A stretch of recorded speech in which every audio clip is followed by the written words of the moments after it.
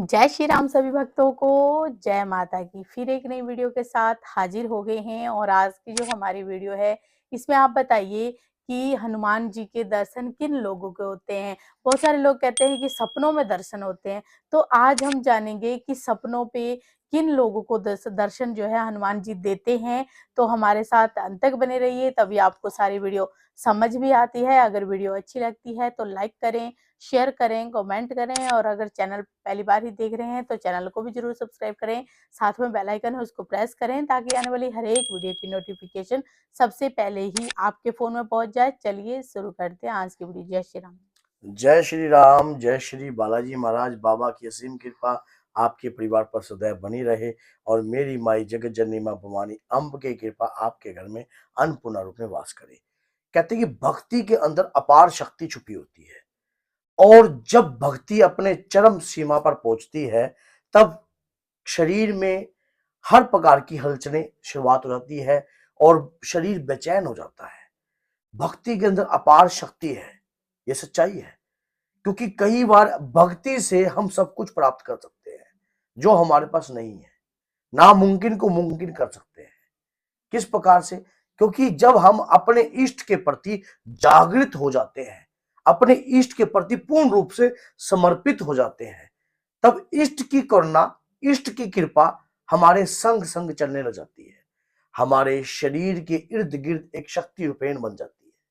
उनकी कृपा हमारे पग पग पर हमारी रक्षा करती है, लेकिन हम उस बात से वंचित होते हैं। हमें उस बात का पता भी नहीं होता कि हमारे इष्ट की करुणा हमारे साथ चल रही है।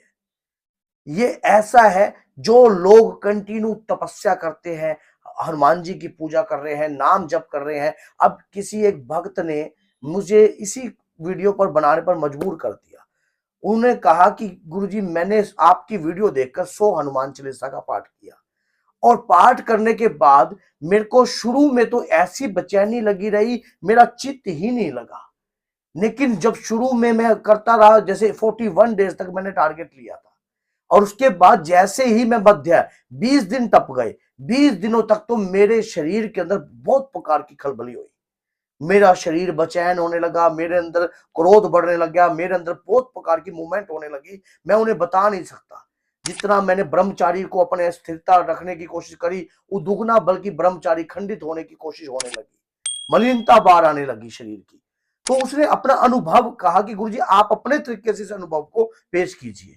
फिर उन्होंने क्या करा कि जब लगातार जैसे ही 20-21 दिन के लेकर 30 दिन के बीच में उन्हें स्वप्न में हनुमान जी के तरह तरह सिंदूरी रूप के मूर्ति के दर्शन होने लगे, अलग अलग आकृतियों के हनुमान जी, जैसे कि उसको आशीर्वाद दे रहे हैं, बार बार बुला रहे हैं, लाल चोले में है। उसे ऐसा महसूस होता कि वो मूर्ति में, जैसे कि हनुमान जी की मूर्ति पे सिंदूर चढ़ाने लगे हैं, सिंदूर चढ़वा रहा है और जोर जोर से बोल रहा है कि संकट कटे मिटे सब पीरा, जो सुमरे हनुमत बलबीरा। और लोगों से लड़ाई कर रहा है हनुमान जी के लिए। ऐसे ऐसे उसको स्वप्न आने लगे। वो सोचने लगा कि ये तो एक नॉर्मल है, लेकिन रोज ही ऐसा कार्य होने लगा। तरह तरह के हनुमान जी के रूप चमकने लगे, लंगूर चमकने लगे। उसका मन बेचैन हो गया। अब उसने क्या हुआ था कि उसने जब इस को कार्य को किया था तो हनुमान जी को ही गुरु बनाकर इस कार्य को उन्हें शुरुआत कर दी थी। अब वो अनुभव किसको शेयर करे? अनुभव किसी को शेयर करने के लायक बचा नहीं। तो उसने क्या कहा, हनुमान जी के आगे ही वो अनुभव शेयर करने लगा। अब देखो हनुमान जी, देखो भक्त, भक्त की ऊर्जा एक करना होती है इष्ट की आपके ऊपर, और उसका भोलापन होता है। जैसे कि हम 4 बच्चे हैं, 4 बच्चों में से एक बच्चा जो है महाचतुर है, एक कम चतुर है, एक भोला है और एक बच्चा चालाक है। तो माँ बाप क्या करते हैं, इन इन बच्चों को छोड़कर भोले पे ज्यादा दृष्टि रखेंगे। तो उसी प्रकार से जब आप परमात्मा के प्रति पूर्ण रूप से समर्पित हो जाते हो, अच्छाई बुराई कुछ पता ही नहीं है, सिर्फ मेरा बाबा मेरा और मैं मेरे बाबा का, और अपनी तन मन धन से पूर्ण रूप से आप भक्ति करने लग जाते हो, तब उसी समय उनको एहसास होने लग जाता है उन शक्तियों का। लेकिन वो भोलेपन के कारण उस शक्तियों को समझ ही नहीं पाते। तो यही बात है। अब आप कहोगे क्या हमें थोड़ा सा चालाक भी होना चाहिए? देखिए, प्रभु की भक्ति करने के लिए जब आप हनुमान जी की भक्ति करते हो तो अष्ट सिद्धियां की कृपा भी आपके ऊपर आती है, 9 निधियों की कृपा भी आपके ऊपर आती है। और इस प्रकार से जब उस भक्त को अपना एहसास होने लगा, स्वप्न में हनुमान जी के दर्शन होने लगे, तो उन्होंने मेरे यूट्यूब चैनल को देखा, फोन किया, फोन कर मेरे से मान लो बात करी। बात करने के बाद यही चीज हुई कि क्या उनकी भक्ति जो थी प्रभु तक पहुंच रही थी। ये नहीं है कि हमें ही प्रभु की इच्छा है प्राप्त करने की, प्रभु को भी ऐसे दास की आवश्यकता पड़ती है, पग पग पर पड़ती है, जो पूर्ण रूप से समर्पित हो जाए, जो पूर्ण रूप से प्रभु की भक्ति के प्रति लीन हो जाए। ऐसे भक्त के प्रति तो प्रभु भी खुद चले चले आते हैं। क्या आपने देखा जब क्या हुआ, सुदामा के चरण धोकर गद्दी पर बिठाकर किसने, स्वयं श्री कृष्ण ने सुदामा के चरण धोए, क्या नहीं? आप ये मत देखिए कि प्रभु खुद अपने को कभी छोटा समझते ही नहीं, वो हर प्रकार के हर भक्त के साथ हो जाते हैं। जब वो करना उनकी जाग जाती है, जब वो अपनी भक्ति को समर्पित कर देता है, अपनी भक्ति को प्रभु के श्री चरणों में दान कर देता है। इसी प्रकार की अगर गूढ़ रहस्य की भक्ति आप करोगे तो आपके ऊपर भी हनुमान जी की कृपा होगी। और हनुमान चालीसा में तो दिव्य शक्तियां छुपी हुई है। गोस्वामी तुलसीदास जी ने इस बात को कहा है कि जो यह पढ़े हनुमान चालीसा, होए सिद्ध साखी गौरी सा।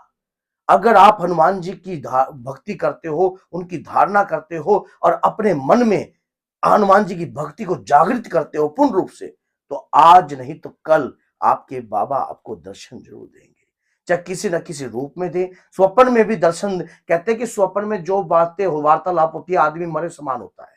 एक किस्म की हमारी, आप उस अचेतना में पहुंच जाते हो जिसमें आपको कुछ पता ही नहीं है, अच्छाई क्या है, बुराई क्या है। चाहे कोई आपको मार भी दे, क्या आप बच सकते हो उसमें? नहीं। लेकिन आप सोचो कि ऐसी जब प्रभु के प्रति ऐसी भक्ति, वो जग सच्चाई का जाए। रास्ता है। जब जग जाएगी, जब आपको पता ही नहीं संसार सब मिथ्या है, सिर्फ आप और आपके इष्ट की कृपा ही आपके ऊपर है। तो ऐसी जब भक्ति जग जाती है तो हनुमान जी स्वप्न में दर्शन देते हैं, आपके इष्ट आराध्य आपको स्वप्न में दर्शन देते हैं, आपको इंडिकेटर देते हैं। आपको ये नहीं कि हम हनुमान जी ने हमारे को चुन लिया, क्या वो हमारे को मजबूर हो जाते हैं अपने भक्त के पास आने के लिए। अपने भक्त के, कई बार ये भी बात आप सोच लेना कि कई बार भक्त के दर्शन करने के लिए भी भगवान व्याकुल हो भगवान जाते हैं। आपने देखा नहीं, जब सुदामा जी जाने लगे तो श्री कृष्ण कैसे भागे भागे उनके पीछे गए। तो आप सोच के देखो, ऐसी भक्ति जब मीरा को कंधे पे लगी तो वह श्री कृष्ण भगवान को भी वही जो जख्म थे वो वही पहुंच गए। ये प्रभु की भक्ति जिस दिन आपके अंदर जाग गई, उस दिन समझ लो आपके ऊपर कृपा है। आपको अगर स्वप्न में बार बार इस प्रकार के दृश्य दिख रहे हैं तो ये नॉर्मल नहीं है मेरे भैया। कभी आप सोच रहे हो, ये नॉर्मल नहीं है। प्रभु की कृपा आपके ऊपर आ रही है और वो चाहते हैं कि आप उनकी आराधना और भक्ति करो। तो बोलिए जय सीताराम, जय श्री बाला।